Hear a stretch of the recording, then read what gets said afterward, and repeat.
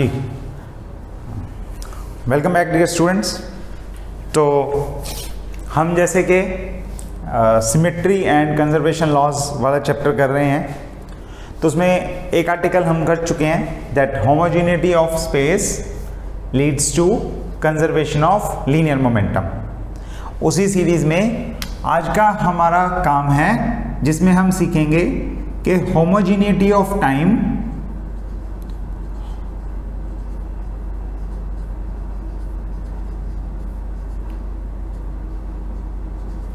leads to conservation of energy।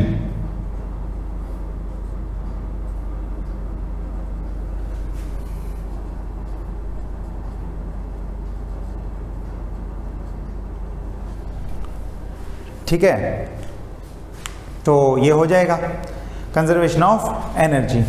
तो आज हम ये सीखेंगे और इसके लिए हम क्या करेंगे, फिर से वही चीज़ जो हमने लास्ट आर्टिकल में की थी वही लेंगे कि आप क्या करो, आप सिस्टम तो एक्स वाई जेड ही रहेगा, एक्स वाई जेड, जिसमें एक तरफ आप पोटेंशियल एनर्जी ले सकते हो। अगर एक पार्टिकल m1 मास का लिया जिसकी पोजीशन जो है वो x1 है, और दूसरा पार्टिकल m2 मास का लिया जिसकी पोजीशन जो है वो x2 है, राइट। तो इनकी जो पोटेंशियल एनर्जी होगी that will be let's say x1 x2 और t का फंक्शन है। ठीक है, हम ऐसा ले लेते हैं कि ये t का फंक्शन भी है क्योंकि हमें होमोजेनिटी ऑफ टाइम देखना है। तो इसमें हमारा मेन टारगेट ये रहेगा, हम ये देखते हैं कि x1 x2 और t टाइम अगर आप ले लोगे और 0 टाइम भी ले सकते हो तो पोटेंशियल एनर्जी में कोई फर्क नहीं पड़ेगा। ठीक है, तो t टाइम पे या 0 टाइम पे, किसी भी टाइम पे, टाइम में स्टेट आगे पीछे जाने से, थोड़ा सा चेंज करने से, यानी कि t और t प्लस समथिंग t1 लेने से कोई फर्क नहीं पड़ेगा, पोटेंशियल एनर्जी चेंज नहीं होगी। ये हमने होमोजेनिटी ऑफ टाइम की प्रॉपर्टी से लिख लिया है। ठीक है, अब हमें क्या करना है, इसको प्रूव करना है कि अगर ये प्रॉपर्टी फॉलो कर रही है तो क्या होने वाला है। ओके, तो what we will do in this case, we will simply say that let us find out the change in potential energy with respect to time, with respect to time। ठीक है, तो इसके लिए आप क्या करते हो, तो टोटल डेरिवेटिव को हम स्प्लिट कर लेते हैं सभी वेरिएबल्स पे पार्शियल डेरिवेटिव की फॉर्म में, और इसे लिखते हैं कुछ ऐसे। तो करली u by curly x1 with the derivative of x1 with respect to time, plus हम ऐसे ही लिखेंगे करली u2, करली u ही है, u2 क्या u ही है, तो हम u ले लेते हैं, और क्या आएगा करली u विद करली x2, और अब x2 का derivative with respect to time, partial derivative लेना होता है पहले वेरिएबल के विद रिस्पेक्ट टू, दूसरे वेरिएबल के विद रिस्पेक्ट टू, और तीसरे वेरिएबल के विद रिस्पेक्ट टू।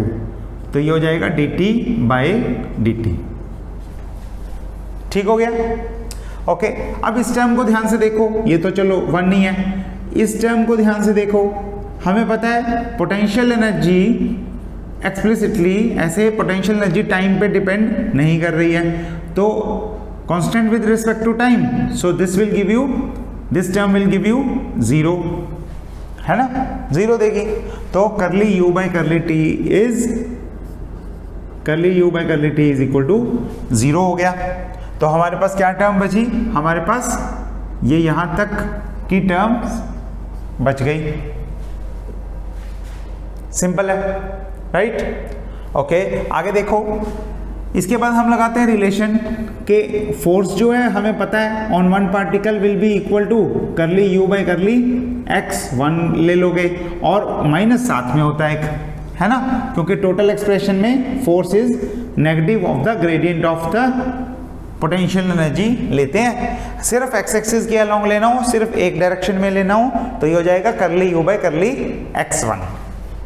ओके, तो ये हो गया du बाई डी टी किसके इक्वल आया, वो इक्वल आ गया, this is minus of f1 okay into dx1 by d T क्या होगा v1, velocity of first particle, rate of change of position, rate of change of displacement ले लो, और दूसरे में भी ये हो जाएगा माइनस ऑफ f2 और ये हो जाएगा v2। ठीक है, सिंपल एक्सप्रेशन है। जो चीज़ें क्लियर हो चुकी हैं वो मैं इरेज कर देता हूँ, यहाँ से ये चीज़ हम इरेज कर सकते हैं, राइट। ओके, आगे क्या है, अब हमें पता होता है F is equal to d p upon d t, Newton second law of motion, और P क्या होता है, P होता है mv। तो अगर मैं इसे लिखना चाहूँ तो मैं इसे डेरिवेटिव ऑफ mv लिख सकता हूँ, है ना। तो यहाँ लिख के देखते हैं, ये बन जाएगा माइनस ऑफ m1, अगर बाहर निकालें तो, नहीं तो d by d T of m1 v1, और बाहर एक और v1 है, और minus d by d T of m2 v2, और बाहर एक और v2 भी है, ये डेरिवेटिव से बाहर है वेलोसिटीज, राइट। ठीक हो गया। ओके, आगे क्या करें, अब इसे अंदर लेके जाना है मुझे।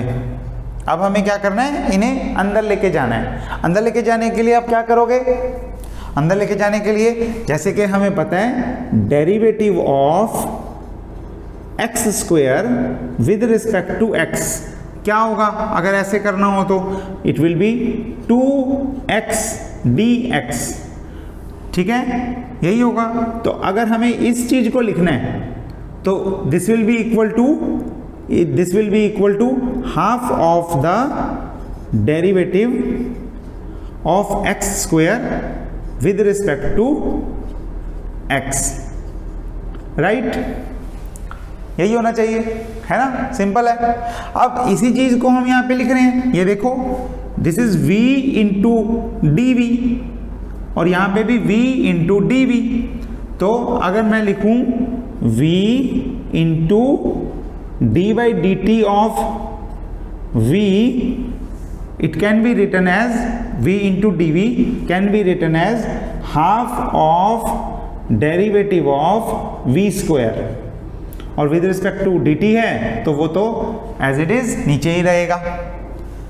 यूजिंग दिस फॉर्मुलेशन हम यहाँ पे क्या लिख सकते हैं, हम लिख सकते हैं minus of d by d T of m1 v1 को, अब मैं ये वाले v1 को अंदर लेके जाऊंगा और ये बन जाएगा v1 स्क्वायर, और हाफ मैं एक बाहर निकाल लेता हूं, यहां पे ही लगा देते हैं एक बार, ठीक है। और ऐसे ही माइनस हाफ बाहर निकाल लेंगे, और d बाई डी टी में क्या आ जाएगा m2 के साथ v2 का स्क्वायर। देख लो ये सारी चीजें यहां से हमने लिख ली, सिंपल एक्सप्रेशंस है, बिल्कुल आराम से लिख रहे हैं। एक बार फिर से वहां पे लिखता हूं, तो d u by d t is equal to minus of d by d t, बाहर लिख रहा हूं मैं, minus of d by d t, और ब्रैकेट के अंदर आएगा half m1 v1 square, so this is half m1 v1 square, और प्लस क्योंकि माइनस कॉमन निकाल चुके हैं हम, d by d t common ले चुके हैं, तो हाफ m2 v2 स्क्वायर, ये आएगा प्लस में, हाफ m2 v2 स्क्वायर। और ये आपको देख के पता लग ही गया होगा कि ये क्या है, ये है kinetic energy of the first particle, ये क्या है kinetic energy of the second particle. तो पोटेंशियल एनर्जी का time derivative is equal to minus of time derivative of potential energy, यहां kinetic energy T1 plus T2। ठीक हो गया, simple है। ओके, तो अब अगर इसे इधर लाके प्लस करेंगे तो d बाई डी टी यहां पे कितना आ जाएगा, u plus T1 plus T2 और इज इक्वल टू आ जाएगा 0। और potential energy of two particles, ये तो दो की होती है ना, रिलेटिव होती है, और काइनेटिक एनर्जी दोनों पार्टिकल्स की, gives you the total energy of two body system. दो बॉडीज वाले सिस्टम का टोटल एनर्जी कितना होगा, मैकेनिकल एनर्जी की बात कर रहे हैं, U12 plus T1 plus T2। तो ये हो जाएगी total energy with respect to time is 0, implies total energy is conserved, energy is conserved। बस सिंपल सा काम था, हो गया article proof. Hence the result कि अगर आप होमोजेनिटी ऑफ टाइम देखेंगे जिसमें टाइम के विद रिस्पेक्ट टू डेरिवेटिव देख रहे हैं, तो क्या हो रहा है, जिसमें टाइम के with respect to curly u by करली t 0 है, करली t बाई करली t भी 0 होगा। पोटेंशियल एनर्जी का derivative with respect to time, kinetic energy का derivative with respect to time, it will be constant और वो 0 लेंगे, मतलब इट विल बी 0। तो उसके हिसाब से हमने यूज करके ये निकाला और हमारे पास टोटल एनर्जी क्या हो गया, कंजर्व आ गया। ठीक हो गया, चलो ठीक है। तो कल अगला आर्टिकल सीखेंगे। यहाँ तक का ये आर्टिकल हमारा हो गया है, homogeneity of space leads to conservation of linear momentum, homogeneity of time leads to conservation of energy. और ऐसे हम सीखेंगे isotropy of space, that will lead to conservation of angular momentum. ठीक है, मिलते हैं अगले लेक्चर में, तब तक के लिए टेक केयर, शबा खैर। आप पढ़ते रहिए, अपने डाउट्स पूछते रहिए।